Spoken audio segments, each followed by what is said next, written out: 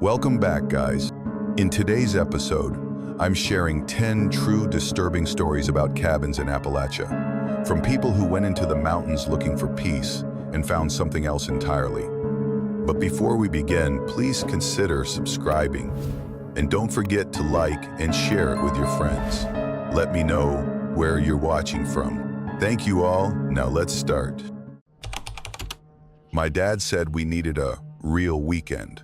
Something to clear our heads. His big idea? The old family cabin buried deep in the Appalachian hills. Just us and nature. My mom didn't come. She said the cabin gave her a bad feeling.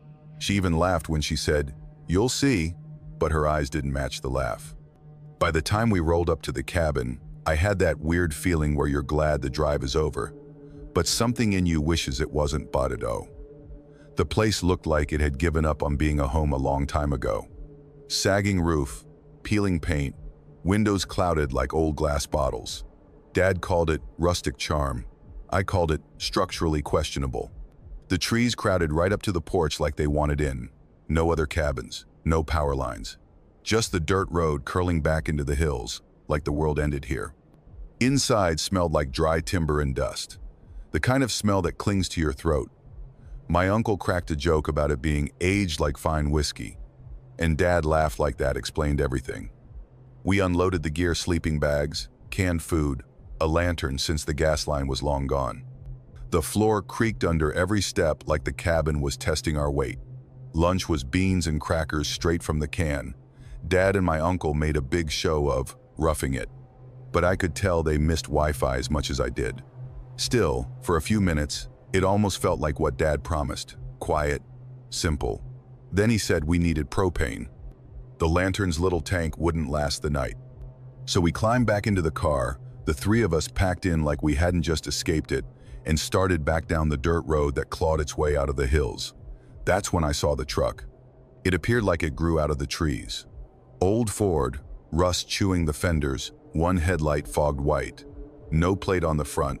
At first, I figured he was just another local heading into town. But then he closed the gap so fast it made my stomach jump. Rode our bumper until I could see the paint flaking off his hood. Then he dropped back, then lunged forward again. I leaned forward between the seats. "Dad," I see him. Calm voice, but his knuckles whitened around the wheel. The truck didn't pass, just stuck to us, jerking forward and back like the driver couldn't decide what he wanted. The road was too narrow for anything stupid. One wrong move, and we'd be wrapped around a tree. "Maybe he wants by," my uncle muttered. "Then he can wait," Dad said, eyes on the road. When the truck surged close, I got a look at the driver. Pale face under a sweat-stained cap, jaw working like he was grinding his teeth. His mouth moved like he was yelling, but I couldn't hear over the engine. His fists slammed the steering wheel in sharp bursts, like he was psyching himself up. I spotted the stop sign ahead and felt relief like cool air. Maybe he'd blow past us. We slowed. Gravel popped under the tires. The truck braked so hard behind us, I thought we'd feel the hit. Then his door flew open. A man climbed out. Late 20s, maybe 30. Stringy frame, jeans clinging like he'd slept in them. He moved fast, boots biting into the gravel, shoulders squared like a fight was coming. Dad didn't wait. He threw the car in park and was out before I could blink. "Get back in your truck," he said, calm, flat. A voice that didn't need repeating. The guy froze mid-step, jaw twitching, eyes jumping from Dad to the car like he was making calculations. Then his lips peeled back in this grin that didn't reach his eyes. His teeth were small, too small, like they belonged to someone else. Another car crested the hill behind him, tires whispering over gravel. The guy's head snapped toward it. Without a word, he bolted back to his truck, slammed the door, and tore past us, spitting rocks like gunfire. For a few seconds, none of us moved. Dad slid back in like nothing happened, started the car, and drove. "You think he was drunk?" my uncle asked. "Probably," Dad said. But his jaw stayed locked, and he kept flicking his eyes to the mirror like he didn't believe himself. By the time we hit town, my shoulders had unclenched. We grabbed propane and some gas station snacks and headed back. The sun was dropping, staining the trees in crooked orange beams. And then we saw him. Same truck, parked in the left turn lane at the crossroads, engine idling like it had been waiting. Dad let out this laugh too sharp, like breaking glass. "Big rush to go nowhere," he said, then grinned at my uncle. "Watch this." Before I could ask, he rolled down his window, leaned out, and yelled, "Hey, jackass!" The guy's head whipped toward us. Dad started pounding the steering wheel, screaming nonsense like a lunatic, copying the tantrum we'd seen earlier. Something broke in that man's face. The truck jerked backward, tires screaming, then swung out so hard it fishtailed. It came for us like a battering ram. "Hang on," Dad said, and wrenched the wheel. We shot across the intersecting road, bouncing so hard my teeth clacked. The truck missed us by inches, spun wide, then came tearing after us. Dad floored it. The sedan shuddered like it was ripping apart, engine howling as we clawed up the winding road. The truck stayed close, headlights flaring in the mirror like molten eyes. Every curve felt like the one where we'd go flying. Then the highway ramp appeared. Dad yanked the wheel at the last second, gravel spraying like shrapnel. We shot up the incline. Behind us, a horn wailed long and low, echoing through the hills like something dying. And then silence. Nothing in the mirror but empty road and trees. Dad didn't ease off until the cabin came into view. By then, the hills were black teeth against a starless sky. Inside, the quiet pressed on us. My uncle checked the locks twice without being told. Dad stood by the window a long time, staring down the dirt road like he expected headlights to bloom out of the dark. Later, the landline rang, the one Mom insisted we keep. My uncle answered, told her everything. Her voice came sharp and clear through the old receiver. "You get my baby out of there now." Dad didn't argue. But he didn't pack either. We stayed the night. And I wish we hadn't. I didn't sleep. Every groan of the old floorboards sounded like footsteps. Around 2 a.m., I heard tires crunching far down the road, slow, crawling. I froze, barely breathing, until the sound faded. Morning brought no comfort. When we stepped outside, there were fresh tire tracks in the gravel. They stopped just before the trees, then turned back. That was the last time we ever went to the cabin. Years later, Dad still brings it up sometimes, but never with a smile. Because deep down, we all know the truth. That man wasn't drunk. He wasn't just angry. He wanted something.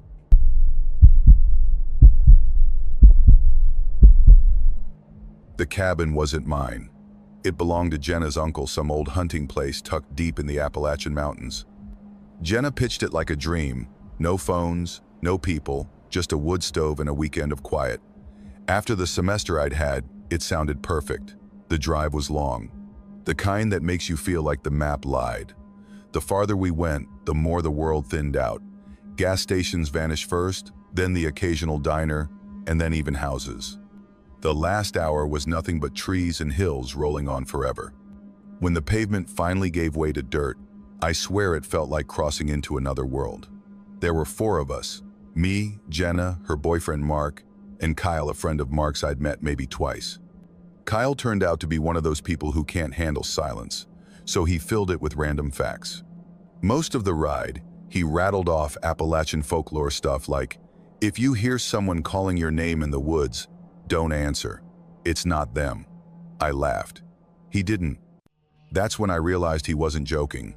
By the time we pulled up, the light was fading fast.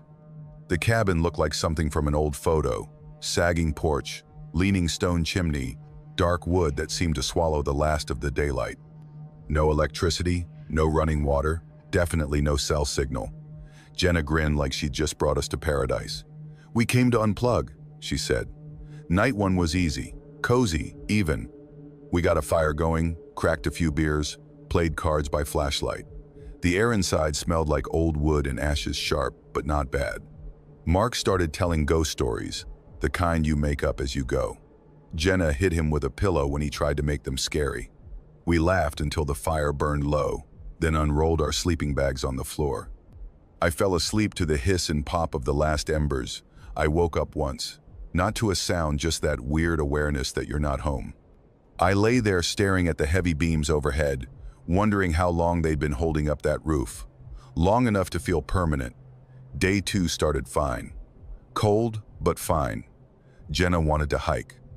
Her uncle had told her about a trail that led to a ridge.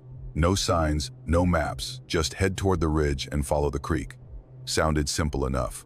We packed snacks and set out. At first it was great. The air felt cleaner than anything I'd ever breathed. The ground was springy underfoot, soft with moss and old leaves. We joked, took pictures, argued about who would get eaten first in a horror movie. But after about an hour, I noticed something. Everything looked the same. Trees, rocks, slopes that all blurred together. I mentioned it, and Jenna brushed it off. My uncle hikes here all the time. Another hour later, even she looked less confident. The light had started to shift. Not dark yet, but that dull, grayish tone that hints it's coming soon. And that's when Kyle stopped dead. Did you guys see this before? We all crowded around. It was a footprint, barefoot, deep in the soil, toes spread wide like the person had gripped the ground. The dirt inside was still soft. None of us were barefoot. We were all in boots. Maybe some local likes to walk around like that, Jenna said, forcing a laugh. It didn't sound like her usual laugh. We kept moving, faster now. No one wanted to admit we were lost, but we all knew it. My chest felt tight the whole way back. When the cabin finally appeared through the trees, the relief hit me so hard I almost laughed out loud. But then I saw the door. We'd locked it that morning. I remembered the sound of the deadbolt sliding into place. Now it was open. Just a crack. Mark went in first, muttering something about the wind. But wind doesn't turn deadbolts. Inside, nothing looked disturbed. Our bags were where we left them. The firewood still stacked by the hearth, except Jenna's coat. She'd hung it by the door yesterday. Now it was draped over a chair in the kitchen. Nobody said a word about it. We just lit the fire and stayed close, like the heat could explain everything away. That night, the quiet felt different, heavy. Every creak of the cabin made my stomach tighten. By midnight, Mark and Kyle were out cold, snoring like nothing was wrong. Jenna curled up near the fire. I lay on the pull-out couch, staring at the shadows crawling across the ceiling. Sometime later, I woke up thirsty. The fire was mostly embers, glowing faint red. I padded into the kitchen for water, and that's when I saw it. The back door. We hadn't touched it all day. Earlier, I'd watched Mark fight with the lock. It was stiff, needed 2 hands to force it shut. Now it hung loose. The latch turned. I just stood there for a second, my heart pounding so hard it hurt. Then I relocked it. Didn't wake anyone. Didn't want to. I don't know why. Maybe I was afraid they'd confirm what I already knew. I crawled back under the blanket. Pulling it tight like that would make a difference. I don't know how long I slept before the sound woke me. Whispering. At first, I thought it was Jenna mumbling in her sleep. But then I realized it wasn't inside. It was outside. On the porch. Not words. Just sounds trying to be words. Slow. Dragged out. Like someone learning how to speak and getting it wrong. I held my breath and listened. The whisper stopped. Then came the knock. 3 knocks. Soft. Almost polite. I wanted to scream, but nothing came out. My whole body locked up. The knocks didn't come again. Instead, I heard footsteps. Slow. Crossing the porch. Then the crunch of frost as they circled the cabin. And then nothing. Just silence. I lay there, staring at the door, waiting for the knob to turn. It never did. When daylight finally came, I opened the door before anyone else woke up. The frost outside was covered in prints. Bare feet, circling the cabin, over and over. Some were small, some long, all pressed deep like whoever made them had stood there, waiting. We left an hour later, and I haven't gone back to Appalachia since.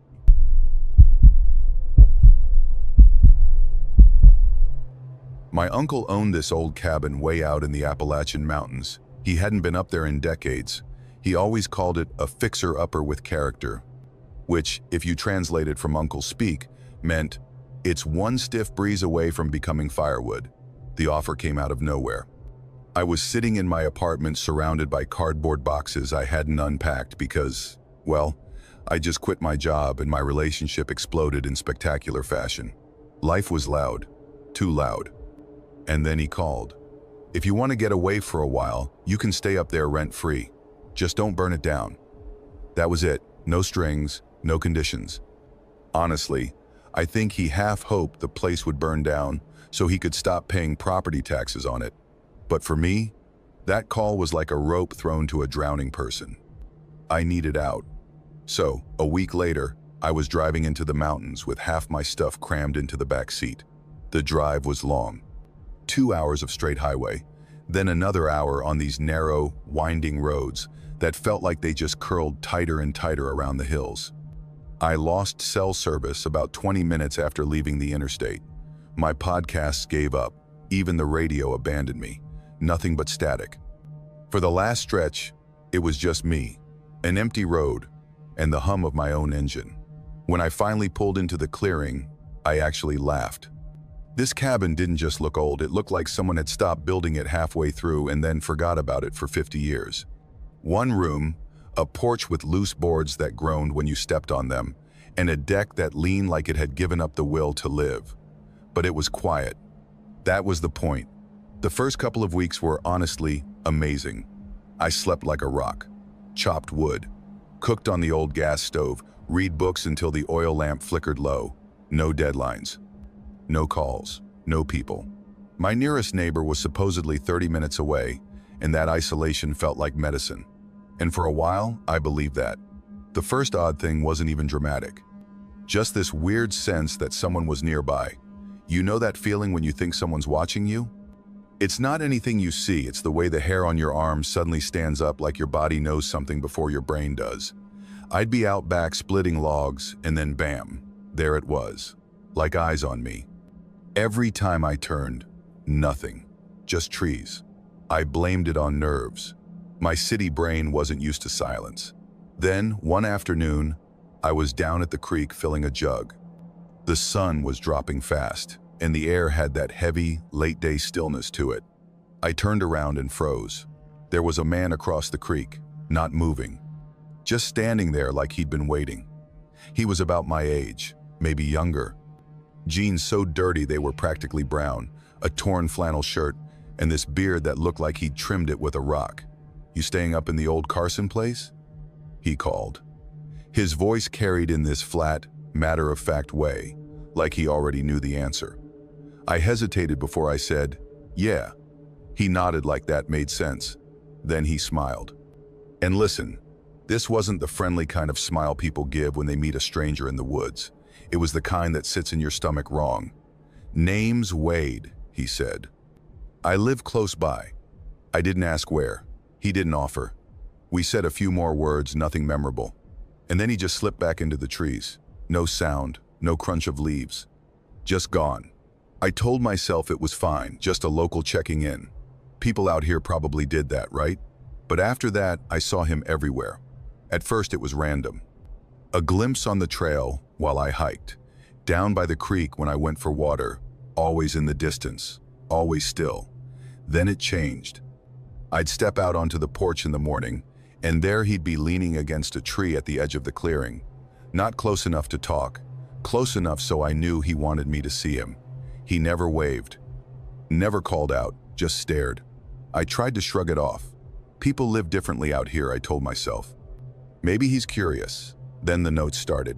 The first one was on the porch, weighed down with a rock. "Nice to see you by the creek." No name, no signature. Just neat block letters in black ink. I laughed when I read it, but my hands were shaking. 2 days later, "You look tired today." Then, "You should come visit." That one made my stomach knot. Visit where? I started locking the door even during the day. The next morning, I noticed something. My axe, the one I kept in the chopping block, was gone. I looked everywhere. It wasn't like I misplaced it. Someone had taken it. That night, I stayed up late reading by lamplight, trying to calm down. That's when I heard it, the porch boards creaking. Slow. Heavy. I blew out the lamp and froze. Another creak. Closer to the door. My heart was pounding so loud I could barely hear anything else. I grabbed the rifle from the corner and sat in the dark, listening. One more creak and then silence. When I finally pulled back the curtain, the porch was empty. But muddy footprints led straight to the door and back into the trees. I barely slept. The next day, I drove into town for supplies, and asked the guy at the general store if he knew Wade. Blank look. I described him. The man frowned and said, "Only other cabin up that way burned down 20 years ago. Ain't been nobody living there since." I laughed like it was a joke, but my hands wouldn't stop shaking. That night, I barricaded the door with a chair and kept the rifle across my lap. Around 3 a.m., a dog started barking outside. Except I didn't have a dog. The barking was furious, right outside the window. Then it cut off mid-snarl. The silence that followed was worse than the sound. Then the doorknob turned, slowly, like someone testing it. I yelled that I had a gun and would shoot. The knob froze for a second, then turned the other way. When the door didn't open, I heard him move around back. The boards there creaked once, twice, then nothing. I sat frozen, gripping the rifle so tight my hands ached. 10 minutes passed, maybe 20. Then something slammed against the wall, hard, once, twice. A third time, like he was trying to break through. That was it. I wasn't dying in that cabin. I climbed out the bedroom window barefoot, keys clutched in one hand, rifle in the other. I ran to the truck without looking back. When the engine roared, I floored it down the mountain road, heart hammering so hard I could feel it in my teeth. When I finally glanced in the rearview mirror, I saw him, standing in the clearing, right in the glow of my taillights, holding my missing axe in one hand, just watching me go. I didn't stop until I hit the sheriff's office. They sent deputies up the mountain. They didn't find anyone. But when we went back the next morning so I could grab my stuff, the cabin wasn't empty. On the table, perfectly centered, was a single sheet of notebook paper. In those same block letters, it said, "You should have stayed longer."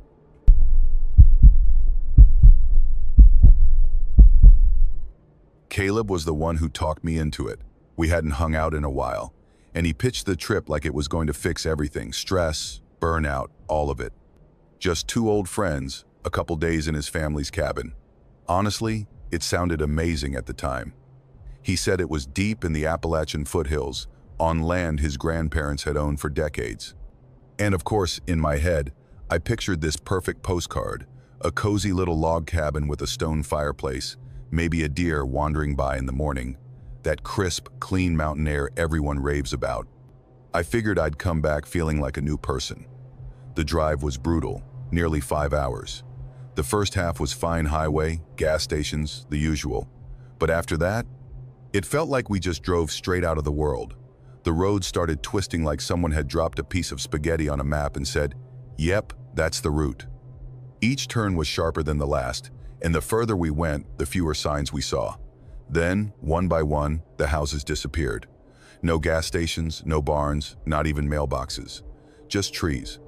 Thick walls of trees closing in on both sides. By the last hour, we had no service. Not even one sad little bar clinging to life in the corner of the screen. I kept checking out of habit, but it was dead. No signal, no GPS, nothing. It was just us, the car, and those endless curves. And those mountains, they didn't feel friendly. They weren't like the mountains you see on postcards with cheerful little cabins and ski lodges. These were massive, dark, like something ancient that didn't care if you got lost in them forever. By the time we finally reached the cabin, the sun had dipped behind the peaks. That last bit of light was hanging on like it didn't want to be there. And the cabin, it was nothing like what I pictured. The porch leaned to one side, like the whole thing was tired of standing. The steps sagged in the middle. Moss had climbed halfway up the logs, and the windows were so clouded they didn't reflect anything, just dull, gray glass staring back. It didn't look dangerous or haunted or anything like that. It just looked forgotten. Inside, it smelled old. Not like mold or anything rotten, just like it had been sealed for years. The air was heavy. The walls were dark timber, the kind that drinks up light instead of bouncing it back. The furniture looked like it had been bought during a different century: big, clunky chairs, a couch with flattened cushions, shelves full of glass jars containing stuff I couldn't even identify. The fireplace was blackened from years of use, like it had eaten more wood than the trees outside could count. There was no television, no clock ticking in the background, no noise except for us moving around. The hallway was narrow, with 2 small bedrooms and a bathroom that looked like it had retired sometime in the 72nd. We unpacked the few things we brought, made a simple dinner in this heavy cast iron skillet, and played cards on the kitchen table. It actually felt okay for a while, except for one thing: the silence outside. It wasn't like a quiet neighborhood kind of silence, where you still hear a dog bark 2 streets over or a car in the distance. This was complete.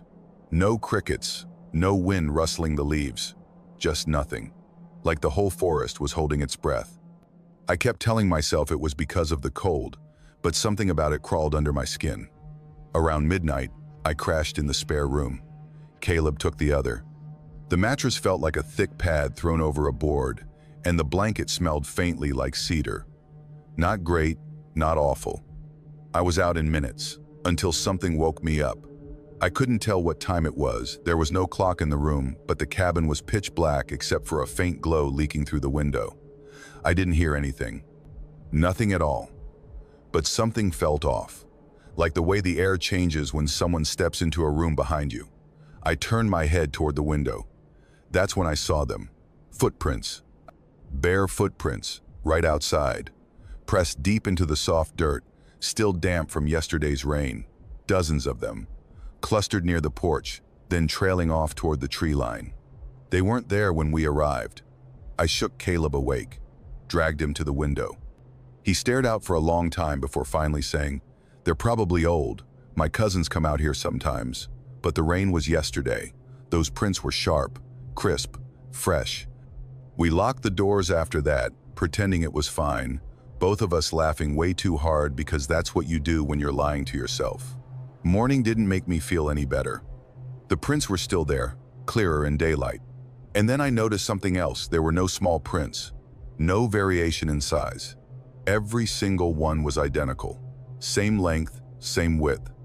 Like one person had walked in circles over and over, leaving the exact same impression each time. I told Caleb. He just shook his head and changed the subject. Neither of us mentioned the hike we'd planned. We stayed inside, made lunch, and played cards again. By late afternoon, the prints were gone, not washed away. Gone. The ground looked too smooth, like someone dragged something flat over it, erasing everything. Caleb swore he hadn't touched them. I believed him. That night, I couldn't sleep. Every time I closed my eyes, I saw those footprints multiplying in the mud. Around one, I heard the front door creaking, slow, heavy, like weight pressing down on the wood. I told myself it was wind, except we hadn't heard a single gust since we got there. The trees outside didn't even move. I sat up, held my breath. The sound stopped. After what felt like forever, I slipped out of bed and woke Caleb. We armed ourselves with a fire poker and a wrench from the tool bag. Both doors were locked. Nothing looked touched. We ended up sitting in the main room with every light on, just waiting. Then, sometime after 3, it started again. Footsteps on the porch. Slow. Dragging. The boards groaned under the weight. Caleb whispered my name, and I saw it in his face. He heard it too. We didn't move, didn't even breathe. The steps circled the cabin once, twice, then stopped right in front of the door. We waited. One knock. Heavy. Then another. Harder. Then the sound that still burned into my brain, the scrape of fingernails, or something sharper dragging down the wood. Long, uneven lines, slow and deliberate, like it wanted us to hear every second. Caleb grabbed his keys and whispered, "We're leaving." No argument. We bolted through the back door, straight into the trees. No flashlight, no plan, just run. The dark felt solid, like it was swallowing us whole, but we didn't stop. Roots caught our feet, branches tore at our arms, but we just kept going. I didn't look back, but I heard the door opening. Not breaking, opening. We didn't stop until we hit gravel. Eventually, the faint shape of a road appeared, and then headlights. A truck slowed, saw us, and took us into town. Later, Caleb said his family went back. He never told me what they found. Just that they boarded the place up and never invited anyone there again.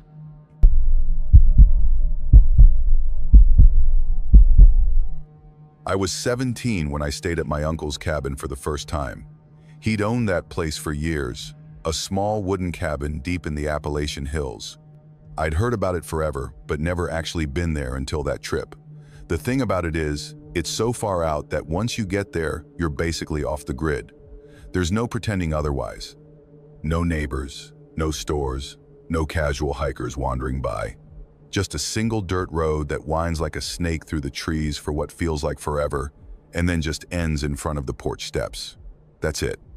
You drive in, and the world behind you might as well disappear. He always said it was safe out there. Peaceful. That was the word he liked to use. Everyone who knew the mountain said the same thing. If you keep to yourself, nothing will bother you. That sounded perfect to me at the time. I wanted quiet. I wanted space. I wanted to be unreachable for a while. No buzzing phone. No friends popping in. No teachers reminding me about college applications. Just silence. So when he offered to let me stay there for a week, I said yes without even thinking. A whole week out in the woods, with nothing to do but read and sleep and maybe wander around a little. It sounded like exactly what I needed. The first couple days were everything I'd hoped for. Simple, easy. I read a whole book the first day, made some basic meals on the old stove, took short walks down the trails that split off behind the cabin. At first, the no-cell service thing made me twitchy. I kept pulling my phone out like some addict, watching the no-signal symbol like it might magically change if I stared at it hard enough. By the second day, though, I kind of liked it. It was freeing in a way I didn't expect. Everything was fine. Until the third night. After dinner, I stepped outside to grab more firewood. That's when things started to feel off. And I'm not talking about anything dramatic. Nothing jumped out at me. No loud noise. No shadow moving across the trees. Just something wrong that I couldn't explain. The woodpile wasn't far. Maybe 20 steps from the porch. But when I walked out there, it felt longer. The path to the trees, the clearing around the stack, it all seemed slightly different. Like someone had gone and rearranged the world while I wasn't looking. The clearing felt smaller. The trees seemed closer. And when I turned around, the cabin looked farther away. Just enough to make me stop and stare at it for a second. My stomach tightened a little. It was such a stupid thing to notice, but once I saw it, I couldn't unsee it. Everything felt shifted by a few inches, like an off-center picture frame you can't stop looking at. I laughed at myself, because what else do you do? Told myself it was the angle, or the dark, or whatever. Grabbed the wood and went back inside. Locked the door, because why not? Later that night, I was half asleep when I heard it. A knock, just one. I froze. There's no way anyone should have been out there. My uncle was hours away. Nobody else even knew I was staying in that cabin. I waited. Nothing else happened. No second knock, no footsteps on the porch. No sound of anyone walking away. I told myself it was the wind catching a loose board. Sure, that sounded good enough at the time, but I didn't sleep much after that. Every creak of the old wood made me sit up and listen. The next morning, I tried to shake it off. Made coffee, cooked some eggs, tried to make it feel like a normal day. Around mid-morning, I decided to walk down to the stream and fill a bucket. It was about a 15-minute round trip, give or take. When I got back, the cabin door was wide open. I dropped the bucket so fast, water splashed everywhere. My first thought was, animal. A raccoon or a stray dog or something. But when I stepped inside, I knew immediately it wasn't that. Every chair in the cabin, the two by the table, the one by the window, the rocker by the fireplace, they'd all been moved into the center of the room. Arranged in a perfect circle. I can't even describe how wrong that looked. Chairs aren't supposed to be in the middle of a room, facing inward like that. It looked deliberate. I stood there for a long time, not moving, just staring, waiting for something else to happen. Waiting for someone to step out from behind the door. No one did. Eventually, I shoved the chairs back against the walls, locked the door, and sat down. My hands were shaking so badly I could hear my own knuckles crack when I gripped the edge of the table. The rest of the day, dead quiet. Too quiet. The woods outside sounded like they'd been emptied. No birds, no bugs, nothing. That kind of silence that feels heavy, like it's pressing down on you. That night, I stayed up reading just to keep my mind busy. Around 2 in the morning, I heard something again. Not a knock this time, a dragging sound across the porch. Slow, steady. like someone pulling something heavy across the boards. I sat there gripping the arm of the chair so hard my fingers went numb, barely breathing. The sound went on for what felt like forever, and then just stopped. I didn't look. I couldn't. The next morning I was done, packed my bag and decided to leave. But when I opened the door, something was waiting for me. My toothbrush, just sitting there on the porch step, perfectly centered. I hadn't brought it outside. I hadn't even taken it out of the bathroom since I got there. My hands went cold. I ran for the car. The keys nearly slipped out of my fingers when I jammed them into the ignition. The engine cranked, but wouldn't start. Tried again and again until the battery started to die. I sat there staring at the trees, convinced that if I looked long enough, I'd see someone standing out there. That night was the worst. I locked every door and window, built a fire so big it nearly ate half the wood pile. Saturday with my back against the wall, clutching the iron poker from the fireplace. Sometime past midnight, I almost believed I'd imagined everything. Then the clock on the mantel chimed. 3 times. That clock didn't have a chime. Then I heard it again, soft, broken sounds from the loft above me. Not words. Just fragments of noise, like someone trying to speak underwater. I climbed the ladder with the poker shaking in my hand. The loft was empty, but the bed wasn't flat. The blankets were twisted into the shape of a body. A head, shoulders, arms folded across the chest. I didn't check. I didn't need to. I climbed down, opened the door, and ran. I ran until the trees started to thin and the sky began to turn gray. By the time I hit a road, I could barely breathe. A trucker picked me up and drove me into town. The cabin's still out there. My uncle keeps asking me to go back, says half my stuff's still inside, but I won't.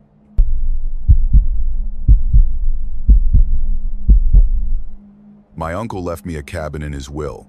Not a house, not a vacation spot, a literal one-room shack with a lean-to kitchen nailed on like an afterthought. Still, it was mine. He'd lived up in the Appalachians forever, this total hermit type. No wife, no kids, just him in the mountains. Everyone in the family used to joke he'd turn into a tree up there.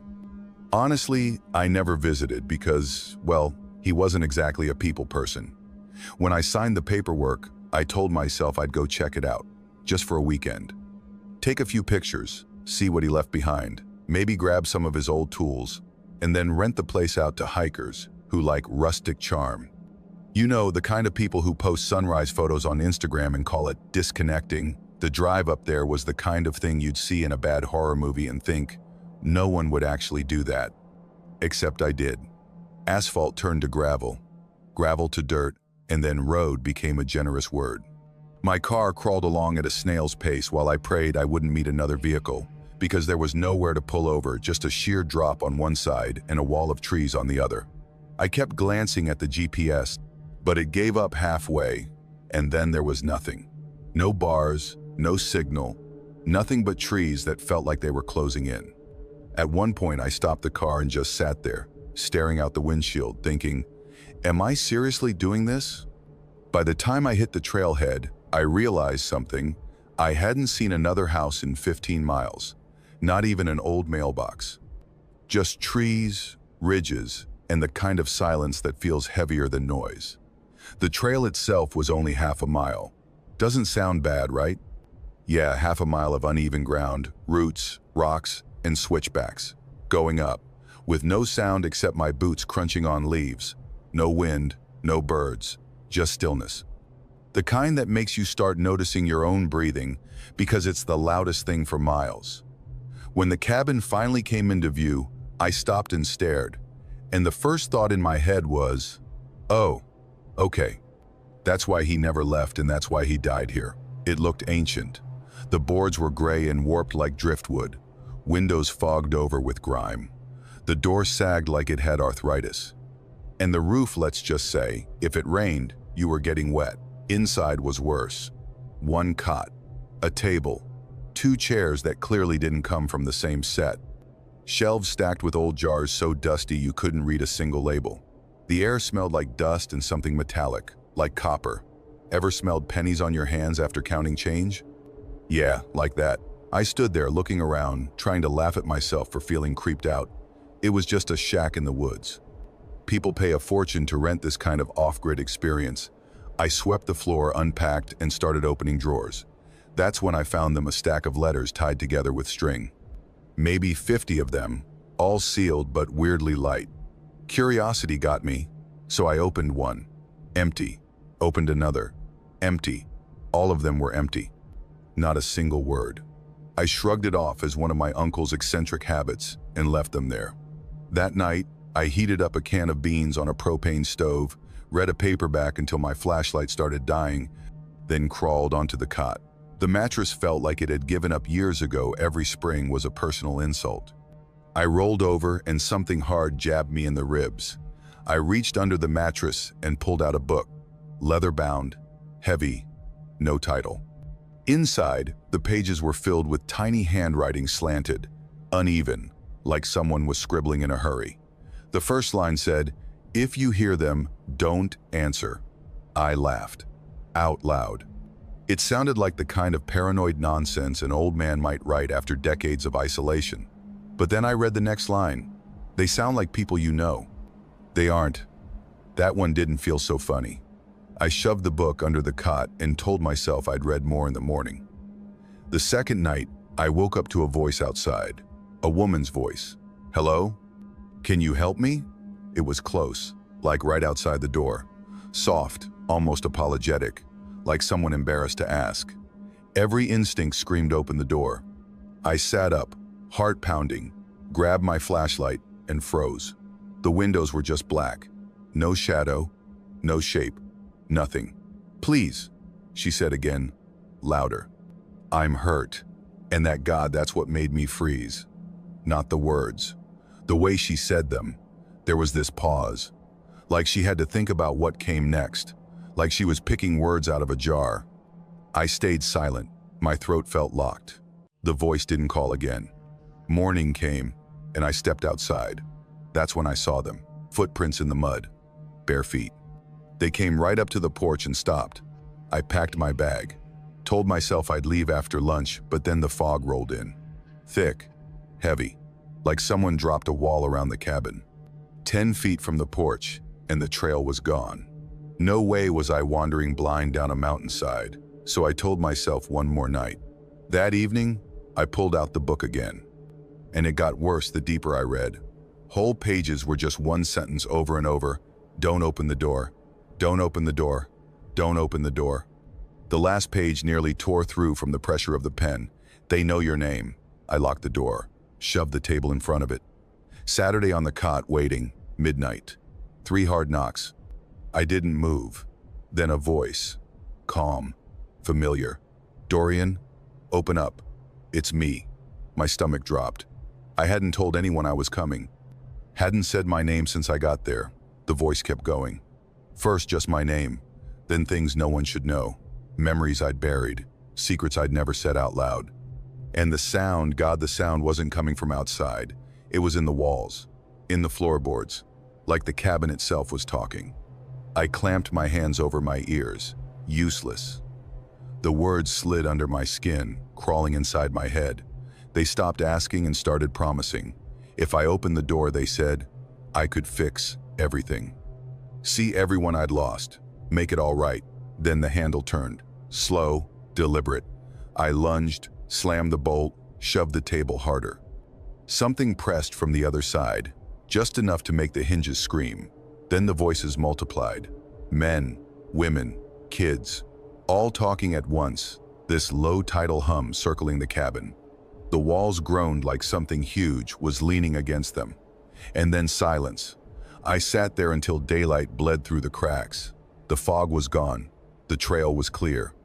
I didn't eat, didn't drink, just grabbed my bag and left. By the time I hit the car, my legs were shaking so hard I could barely get the key in the ignition.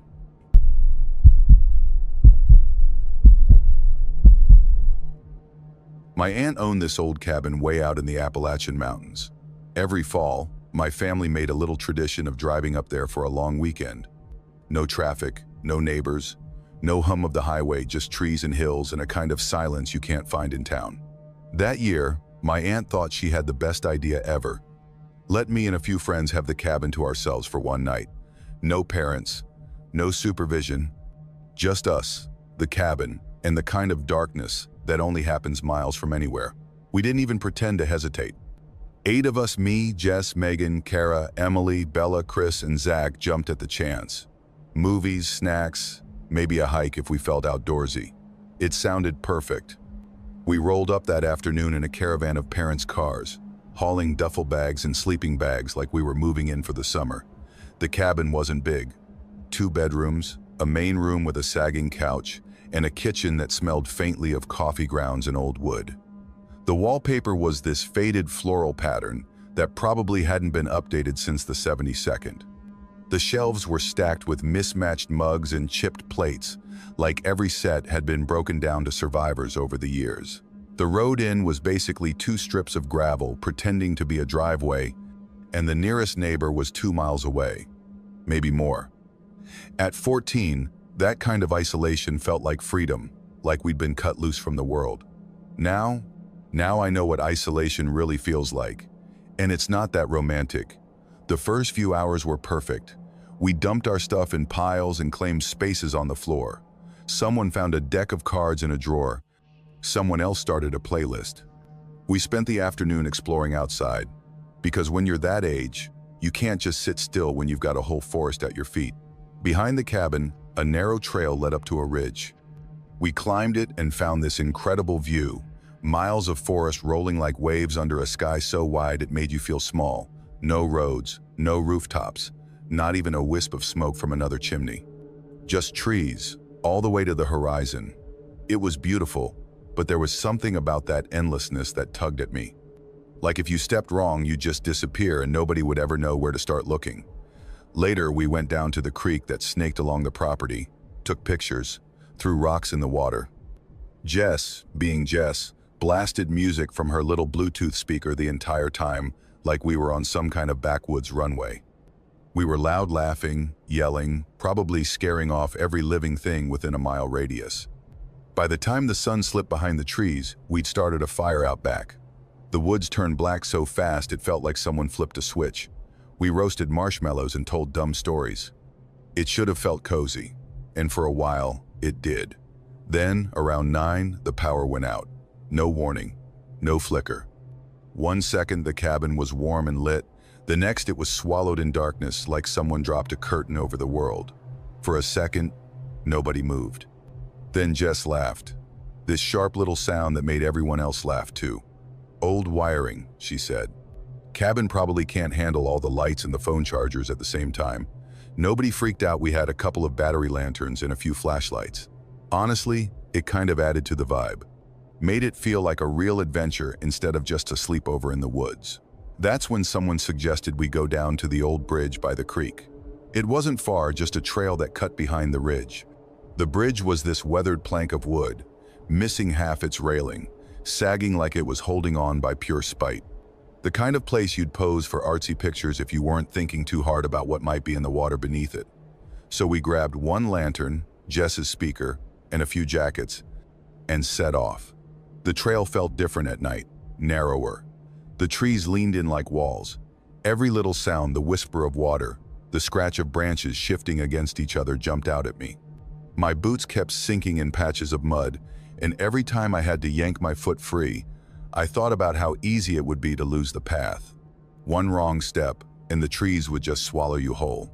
When we got to the bridge, we set the lantern in the middle and sat around it in clumps. The creek below was so dark, it looked like an open mouth. Someone tossed in a pebble and waited way too long for the splash. Jess played music soft enough that the woods almost smothered it. For a while, it felt fine. Then Chris stopped laughing, just froze, staring past me like he was locked on something. I figured he was trying to freak us out, classic Chris move, so I turned, ready to roll my eyes. And that's when I saw them, shapes. Standing at the edge of the trail we'd just walked, 6, maybe 7.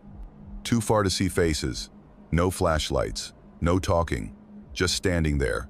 Probably hunters, someone whispered, but it didn't sound convincing. Nobody moved. Then the shapes started walking. Not slow, not casual. Straight down the trail toward us. I kept waiting for the sound of boots crunching leaves, branches snapping under weight, something. But there was nothing. Just the creek whispering, and my heartbeat pounding in my ears like it wanted out. Kara ran first. No scream, no warning. Just shot up and bolted like a deer. Megan was right behind her. Then Bella. Then Emily. Chris and Zach didn't even glance back, they just took off.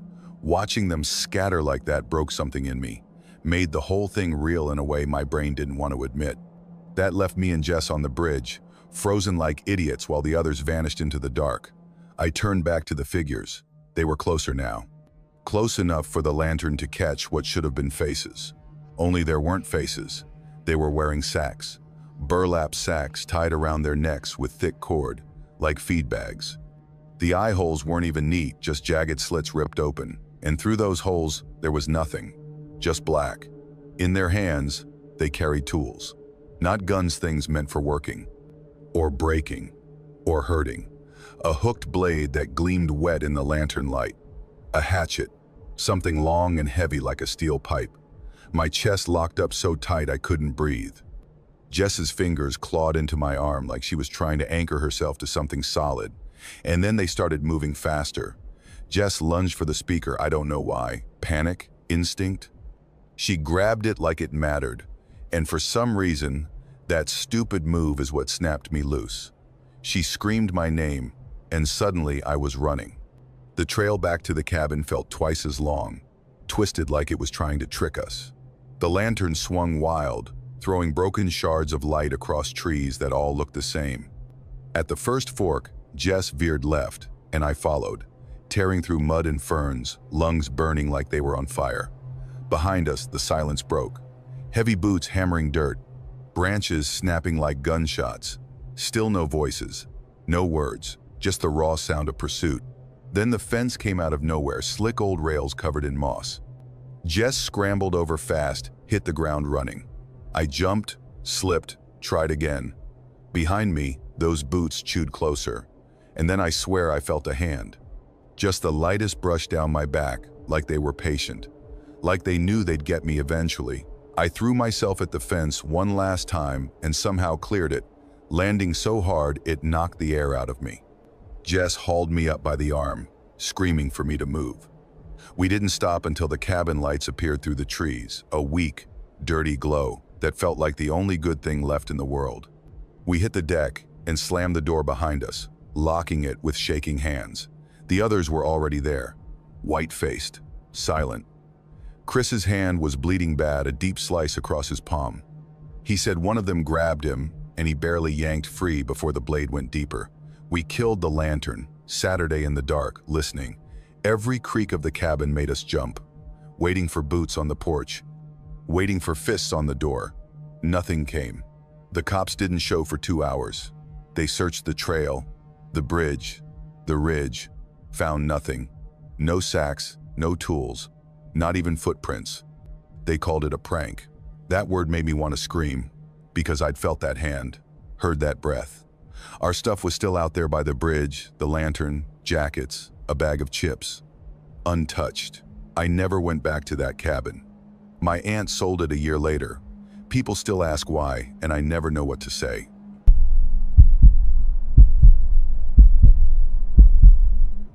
The first time I saw the cabin, I almost missed it. Honestly, it looked like a part of the woods had just slumped down and given up. The thing blended into the slope so well, it might as well have been a dead tree or a rotting stump leaning slightly to one side, boards gone gray from rain and sun, roof patched with a mess of shingles that didn't match. There was no smoke from the chimney, no smell of wood burning, nothing that said lived in. It just sat there, an empty shape, like it was holding its breath and waiting for something. I wouldn't even have noticed it if the window near the peak hadn't caught the sunlight at the right angle. Just this quick slice of glare, like an eye-opening for a second before snapping shut again. And the thing is, I wasn't even looking for a cabin. That wasn't part of the plan. My uncle owns a big piece of land out here in the Appalachians, miles of steep woods, valleys that feel like they've never seen a human footprint, old logging roads that start out promising and then vanish into nothing. When I told him I needed a break, some time away from everything, he said, "Use the hunting place, it's quiet." So that's what I thought. I was getting a proper hunting cabin. Maybe rustic, sure, but something with actual walls and maybe even a porch. It wasn't that. Not even close. What I found was one small room, plank floors you could probably see daylight through if you dropped a coin, a cot with a mattress so stained it looked like someone had been keeping secrets on it, and a propane stove that honestly scared me more than the idea of running into a bear. The thing looked old enough to be in a museum of things that explode, but I wasn't there for luxury. I wasn't there for comfort. I came out for quiet. For no signal, no neighbors, no traffic noise, no screens glowing at me, just trees, just stillness. After the months I'd had, the idea of silence sounded like a gift. The hike in wasn't bad. The trail was soft in places, and there were spots where the markers were so faded I had to squint, but I made it. When I finally got to the shack, I shoved the door open and stepped inside. The first thing that hit me was the smell, a musty, dusty kind of scent, like wet wood and old rodent nests. I dropped my pack, unrolled my sleeping bag, and went straight for the broom in the corner. The floor was scattered with mouse droppings. I started sweeping, the bristles scratching against the boards and kicking up enough dust to choke on. My eyes watered and my throat burned, but when I was done, the place almost looked decent. Not nice, just acceptable. That first night was easy. I sat at the little table with a lantern, the notebook I brought open in front of me. I told myself I'd write something every night, even if it was just a sentence. No distractions out here, just me, my thoughts, and the occasional groan of wood outside when the wind shifted. It was almost good. Peaceful in a way I'd forgotten how to feel. When I finally crawled into my bag, I felt calm, like my brain had turned down a notch for the first time in months. The second night was the same. The third night, the silence was so thick it started to feel like it had weight, like I was breathing it in. And then I woke up to find the broom lying across the doorway. I froze, just staring at it. I'd left it propped in the corner, no question about that. Now it was on the floor, laid at an angle like someone had put it there to block the door. The thing is, the floor tilted away from the entrance, so it shouldn't have rolled. Not like that. I picked it up, put it back, and laughed under my breath like it was a joke that barely landed. Told myself I must have bumped it, which didn't even make sense because I was in my sleeping bag, but I didn't feel like arguing with myself about it at 3 in the morning. That evening, I tried to write again, but I couldn't get into it. The page just stared back at me while the windows turned black. No curtains, just glass, and outside was nothing but darkness pressing in. The lantern felt small, ridiculous. I ended up leaving it on when I lay down. Sometime after midnight I heard it. A tap, just one, on the wall. Sharp and hollow. I sat up so fast my ribs hurt, ears straining so hard they felt like they'd pop. I waited. Nothing. Not another sound. No footsteps, no second tap. Just my pulse and maybe wind. If it was wind. Morning made it easy to shrug off. It always does. I stepped outside, half expecting to find a branch leaning against the wall. Nothing. No branch, no tracks, just a carpet of wet leaves and the narrow deer path curling deeper into the hills. By day 5, I needed a bigger distraction, so I hiked over the ridge. The trail narrowed until I wasn't even sure it was a trail anymore, just a crease in the earth. The air was damp, heavy, like it was hanging on me. And then I saw it, another cabin. It was sitting low in a hollow about 2 miles in, sagging like it had given up years ago. Roof half caved, door shut tight, windows like empty eye sockets. I didn't need a reason to stay away. Every instinct I had was screaming at me not to go closer. And then I saw the footprints, bare feet, in the mud by the steps. I froze, trying to figure out how old they were. It had rained 2 nights ago, so they should have washed out, but they were perfect. Crisp. Every toe showing like whoever left them had just walked off into the trees. My skin prickled like I'd walked through a web. I backed up slowly, step by step, until the trees swallowed the hollow. Then I turned and walked fast, too fast. When I got back to my cabin, the broom was across the door again. That night, I didn't undress, didn't even unlace my boots. I sat on the cot with the lantern burning and my pack half zipped, telling myself over and over that it was nothing. Just a broom, just some old footprints. Nothing. I lay down sometime after 2, but I don't think I slept. The sound woke me anyway. A scrape. Then a slow, dragging slide, like something brushing across the boards outside. Circling, then tapping, tiny knocks, uneven, like whoever or whatever was out there couldn't decide on a pattern. I held my breath so hard my chest hurt. My pulse was so loud I almost didn't hear when it stopped. And then 2 hard raps on the wall right by my head. I sat up so fast the lantern swung wild, throwing shadows across the floor. The broom's shadow jumped like it was moving. I grabbed the broom without even thinking, like that would help, and whispered, "Who's out there?" Nothing. No voice. No footsteps. Just the creak of trees and my voice sounding small. I didn't sleep. I sat on the floor until dawn, waiting for something else that didn't come. By morning, I was done. My week wasn't over, but I didn't care. I packed in 10 minutes flat. I should have left the night before, but the trail was wrong. What had been a straight shot to the ridge now curled into thickets I didn't recognize. Landmarks were gone. I walked half a mile before I hit a wall of deadfall I'd never seen before, branches piled like a barricade. I backtracked, tried another direction, another wall of brush. None of it looked natural. By sunset, I was back at the cabin, legs shaking, water almost gone. I told myself I'd try again tomorrow. That night, the knocks didn't come. The dragging did. Long, soft strokes across the boards, circling the walls, sometimes pausing, sometimes doubling back, like fingers tracing seams. When the first knock hit the door, my throat closed. And then came the voice. Not outside, inside, low, almost gentle. From the corner near the stove, "Don't go back." I spun with the lantern. Nothing. Just my gear, the cot, and a stain on the floor that hadn't been there yesterday, spreading like a shadow. I stood slow, every nerve screaming, and that's when I saw the broom, not by the door. In the center of the room, standing upright, balanced like a trick. Something shifted behind me, air or breath. I couldn't tell and I ran. Didn't grab my pack, didn't grab the lantern. I just ripped the door open and sprinted into the dark. Branches tore at my arms. Roots clawed my boots. I ran until the ground tilted and the sound of water roared up out of the blackest stream, then gravel.